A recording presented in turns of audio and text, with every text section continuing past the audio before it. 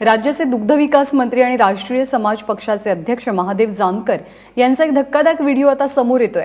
या व्हिडिओमध्ये महादेव जानकर प्रशासकीय अधिकाऱ्याला विरोधकांचे अर्ज बाद करण्याचा अजब सल्लाही देतात। गडचिरोली जिल्ह्यातील वडसा नगरपालिकेसाठी येत्या टप्प्यात निवडणूक होते आहे आणि या ठिकाणी आपण पाठिंबा दिलेल्या उमेदवाराला कप बशी हे चिन्ह द्या अशी मागणी महादेव जानकर यांनी संबंधित अधिकाऱ्यांकडे केली आहे। आपण पाहूया हा व्हिडिओ काय आहे आणि कशी दमदाटी करतायत या व्हिडिओमध्ये महादेव जानकर।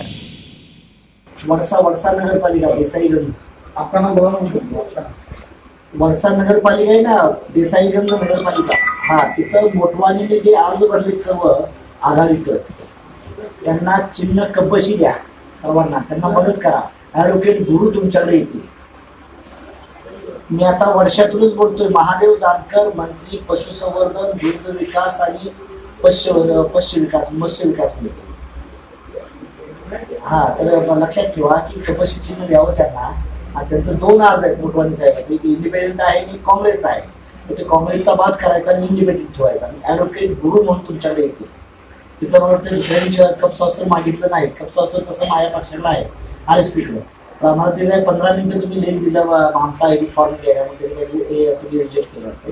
तर आता एक करा कृपा करून की त्यांना चिन्ह एकच द्या, कपबशी तुमच्याकडे जाईल। हा, गुरु साहेबांशी बोला। आणि या सगळ्या संदर्भातली अधिक माहिती जाणून घेत आपले प्रतिनिधी ऋत्विक भालेकर सध्या आपल्यासोबत आहेत। ऋत्विक, हे कोणत्या संदर्भातलं बोलणं आणि महादेव जानकर यांची प्रतिक्रिया समजली आहे का या व्हिडिओवरनं? तर आपल्या लक्षात येईल, नुकत्याच ज्या स्थानिक स्वराज्य संस्थांच्या निवडणुका झाल्या, गडचिरोली जिल्ह्यातील वडसा या नगरपालिकेसाठी नगराध्यक्ष पदासाठी जी निवडणूक होत होती, एकूण 7 उमेदवार होते। या उमेदवारांपैकी एक उमेदवार जो होता हा जानकरांचा होता आणि हा जो उमेदवार आहे हा त्यांच्या चिन्हावर लढतो की नाही याबाबत त्यांची साशंकता होती आणि त्यासाठीच काही कार्यकर्ते त्यांच्याकडे आले होते, ते त्याच्याबद्दल तक्रार करत होते।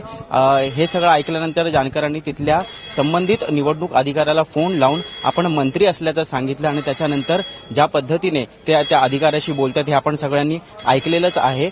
विरोधकांचा अर्ज बाद करण्याचं त्यांनी या ठिकाणी म्हटलेलं आहे। त्याचबरोबर त्यांना कप बशी जी त्यांची चिन्ह होतं त्या चिन्हावरतीच लढायला द्यावं अशीही त्यांनी विनंती केलेली आहे।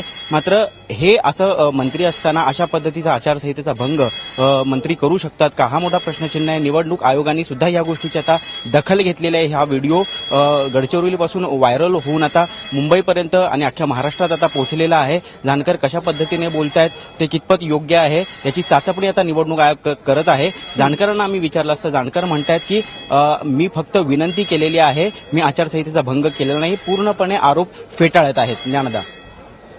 ऋत्विक, धन्यवाद या माहितीबद्दल।